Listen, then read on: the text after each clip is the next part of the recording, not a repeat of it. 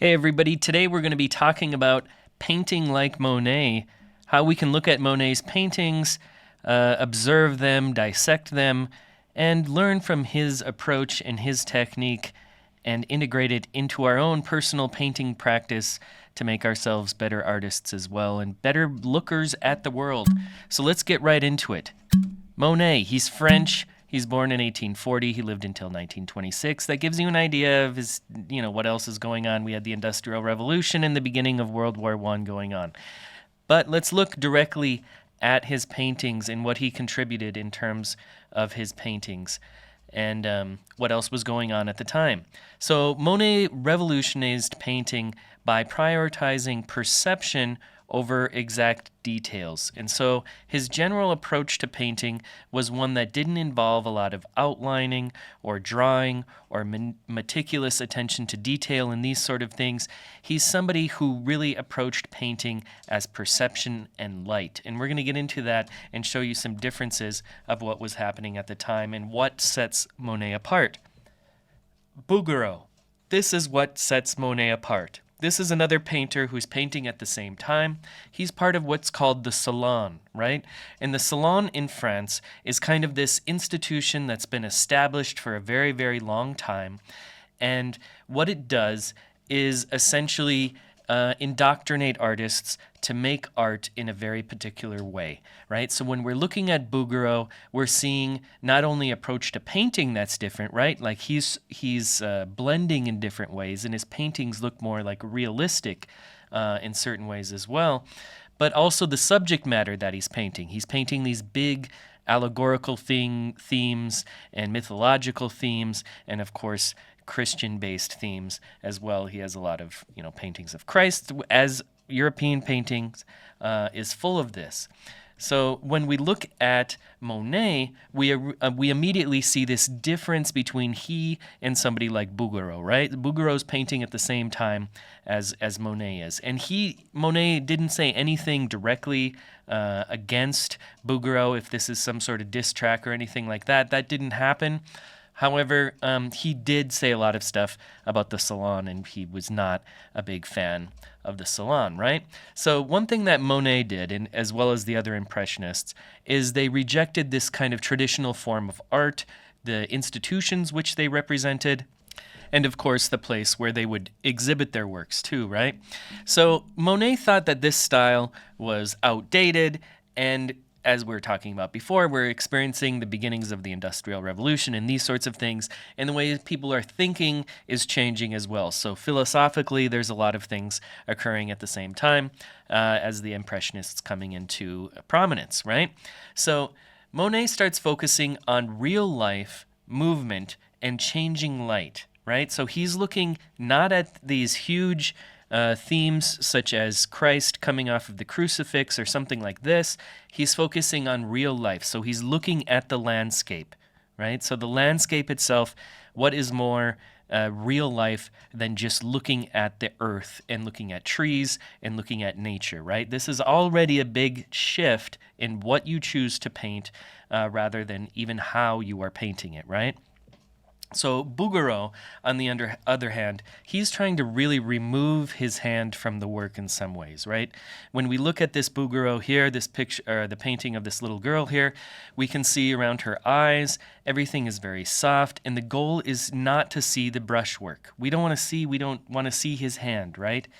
In a Monet, we get an idea of his gesture. We get an idea of the artist behind the creation of the painting itself, even the direction the hand is moving when that mark is placed down on top of the canvas, right? We don't see that with Bouguereau.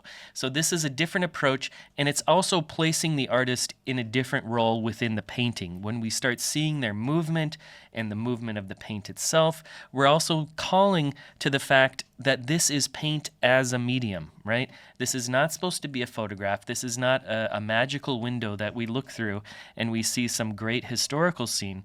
This is paint, right? And so Monet is embracing the paintiness of paint itself, right? So Monet is not focused on outlines when we see this amazing haystack, as we'll look at a lot of haystacks throughout this presentation.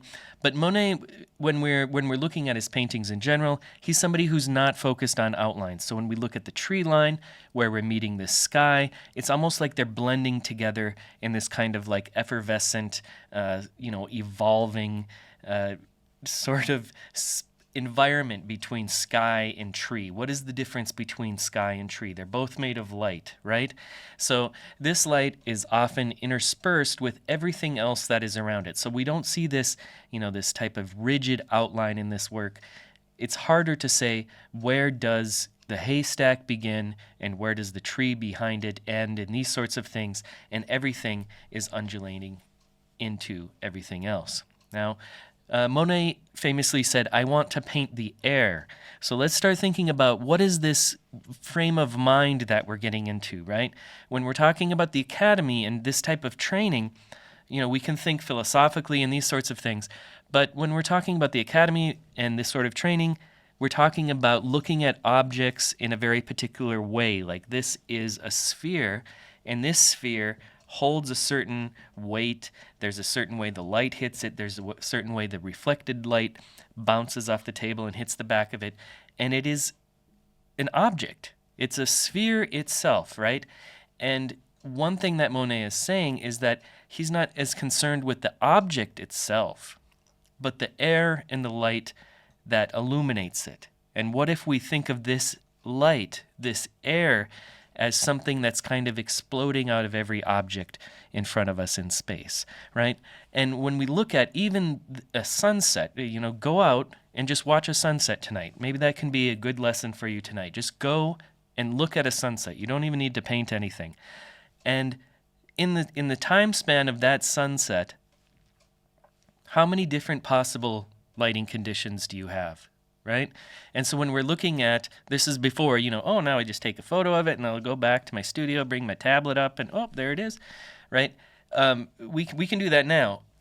But before, when you're experiencing the moment and painting that moment, that also becomes important too. And a fun thing about this is a lot of these people would use different types of lamps and things to illuminate their canvas at night because the canvas itself would get kind of dark.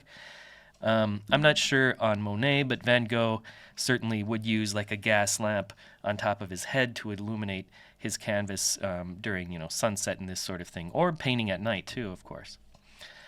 So let's think of some practical ways that how you can train your eye like Monet. How can we look at Monet and you can start thinking about how he created things and how you can integrate that into your own paintings as well, right? So the first thing is to forget about objects and think of everything just as color patches, right? So instead of thinking, okay, that's a tree, think that's a mix of warm greens and cool blues and a hint of purple in the shadows, right? And how that blends and bleeds into the grass around it and the soil underneath it. What color is it? Is it purple? Is it brown? We look at it and we think it's dirt, right? So it's got to be brown with a little bit of black, right? But at a certain time of the day, that becomes blue. So start thinking about what are all these different colors that make up a tree, right? Very simple exercise you can do, of course, is just squint your eyes. Squint your eyes, and this blurs all the details, and then you can focus solely just on light and color, right? So we're kind of dissolving these edges as we go. Observe how color and light changes. I talked about this before. Go out and look at the sunset, and notice how shadows aren't just black, but they might be blue or black or purple or warm brown or all these sort of things. But you can look at the same object in the middle of the day, in the morning, in the evening, and it's never going to be the same color twice. So all of these objects are also changing based on the light, which is illuminating them. So when we think about looking, we often think about what we are focused on, but we also have peripheral vision, right? And we can see things out of the corner of our eye. And think about what exists in this world that is in the corner of our eyes, and how do we perceive that? Instead of focusing directly on this is the top of the apple and look at this tiny little detail, how do we see everything as a whole, right? The gestalt of the image itself, everything all at once. How do we perceive all these different aspects of a scene, and how is somebody in a couch? How do we approach the person differently than the couch itself when it's light that illuminates everything equally anyway? Shouldn't we be approaching every single object equally, right? Paint in blobs, but not lines, right? So this is a very simple concept that trips up a ton of people, and especially those, because I think drawing and digital drawing are a way that a lot of people prepare for painting now, and it's a way they become acquainted with drawing right now too. And that's very heavily line dependent. It's not, painting is still about blocking in big shapes of color, right?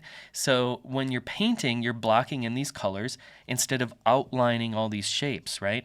So Monet is not somebody who's drawing strictly with lines. He's blocking in big value shapes. So that's one way to think about approaching your painting if you want to paint in that type of manner yourself.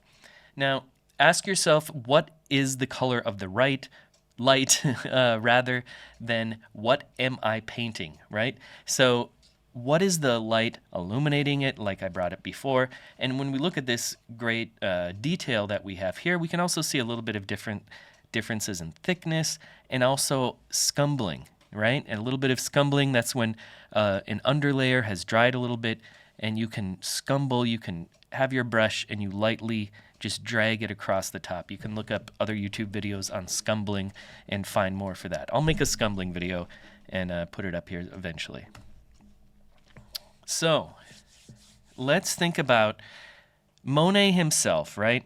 Now, when we're talking about this, we're talking about some practical things about paintings, but let's think about Monet really being about vibes. That's kind of what this section is about, right?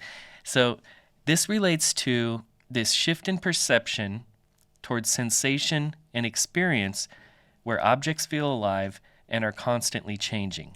Now, this seems really, really psychedelic.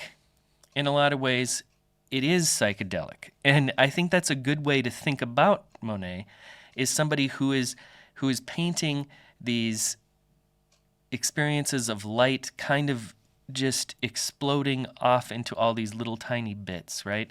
We like to think of our perception as looking at something and thinking of it as concrete, but at even the time of the day can change it. You turn off one light in the corner of the room, everything changes.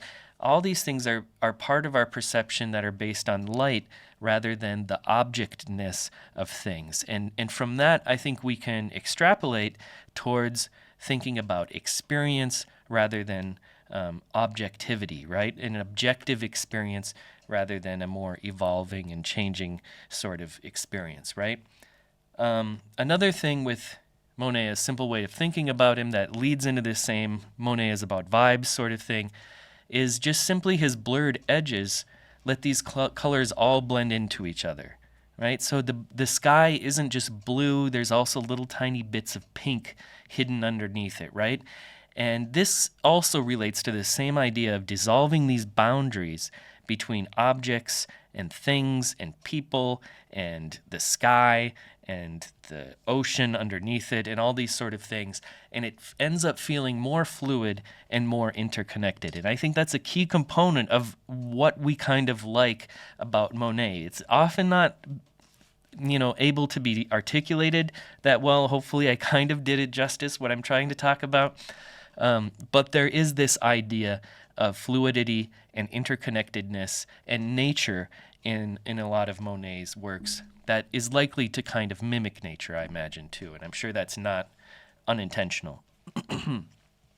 So Monet said, "For me, a landscape does not exist in its own right, since its appearance changes at every moment.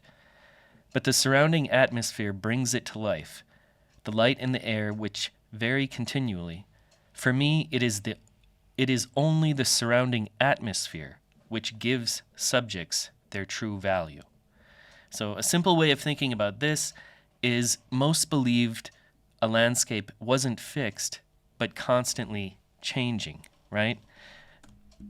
So let's get into our Monet starter kit here.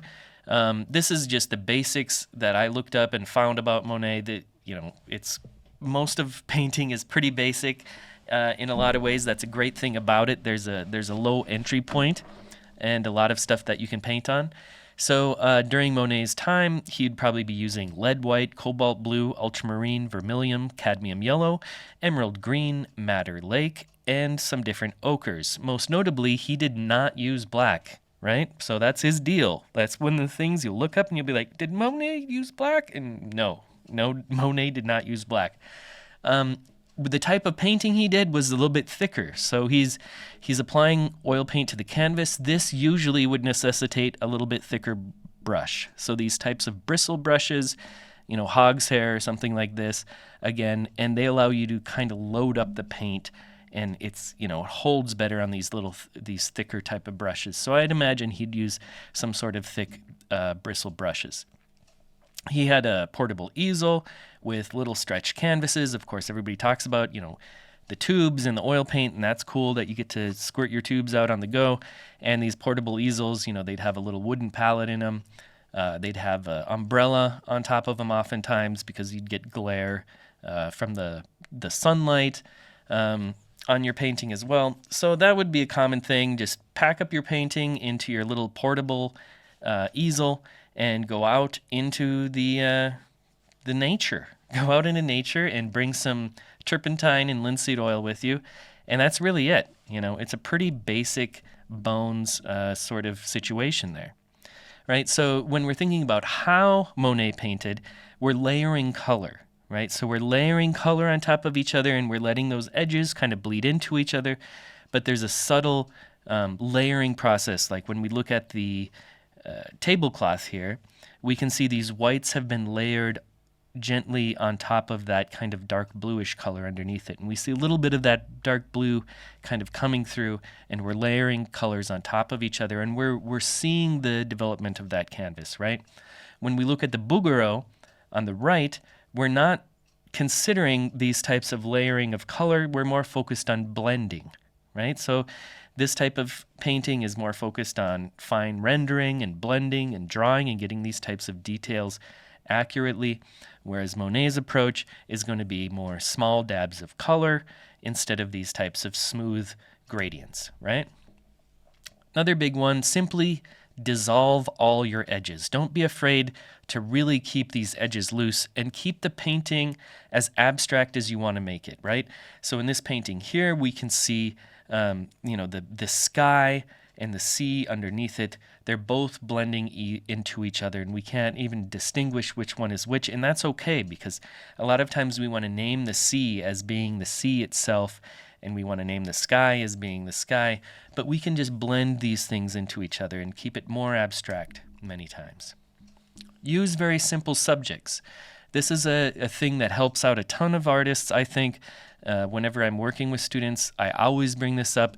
Come up with a simple subject and do it 12 times, right? Then you got a series, then you can kind of evaluate the series, right? You can even see maybe there's a starting point, maybe one's better, maybe one's worse, but just come up with a simple subject and do it multiple times. It'll help you a ton, right? Monet, of course, his haystacks are one of his most popular subjects that he's just doing at different times of the day. Another thing, work fast. Don't get too concerned. If you screw up an area, just move on, wipe it down, or just start a new painting. It's not a big deal to just start over sometimes. Block in those big shapes and then work as you go, and work quickly, as if you do have to capture that moment. All right, so what can you do, right? So let's check out some different prompts that can help you paint more like Monet, right? So as I said before, pick a simple subject, paint it at 3 different times of the day. So come up with your subject. Let's say it's apples, right? Paint your apple in your window in the morning, paint your apple in your window at noon, and paint your apple in your window at night. Really simple idea, but it gets you gets you time to play around with this concept of light and make you think about, how does light really change during different times of the day? Is the light cooler in the morning, or is it warmer at night? Paint yourself to find out. Do some speed painting plein airs, right? So just prepare like 20 canvases. Really, just make 20 canvases. You can just get masonite, get masonite, cut it up into 20 little pieces. They don't have to be big. They can just be little canvases like this. Use a big brush and go out and block in 20 paintings, right? Instead of thinking about doing one painting, go out and do 20. Limit your brush strokes. This is a classic art school assignment as well. So use only 100 brush strokes, and this forces you to really be more thoughtful with all these brush strokes that you do, right? So sometimes we take brush strokes for granted. This assignment really forces us to make that decision, and that's it. We're going to put that black down. That's it, right? And of course, and why I spoke German for a second. And of course, you can just copy Monet, right? This goes for every single one. I'll always bring it up. Just find the best detail you can of a Monet painting. Sit there, put on a podcast or put on whatever you want, and just paint it. Just copy it. And look as closely as you can. Look at all the purples that intersperse with these greens and blues and all the direction of the marks. You know, sometimes they're horizontal, sometimes they're vertical. Really look at all these tiny little details. How do you mix these colors? How can I get this type of turquoise, right? Take time to just mix it yourself, and you'll learn a ton. You could do that for months and months and months. You could do it for years. Literally just sit and copy Monet's work for years and years and still probably learn stuff. Anyway, thanks a lot for watching. Please hit like and subscribe. It really helps grow the channel and helps me keep making these things and helps my business survive as well, since I am rolling on this now. And yeah, if you got any questions or would like to see any other artists for me to unlock the keys of painting like series, write them down in the comments and I'll consider them for future videos as well. Thanks a lot and happy painting.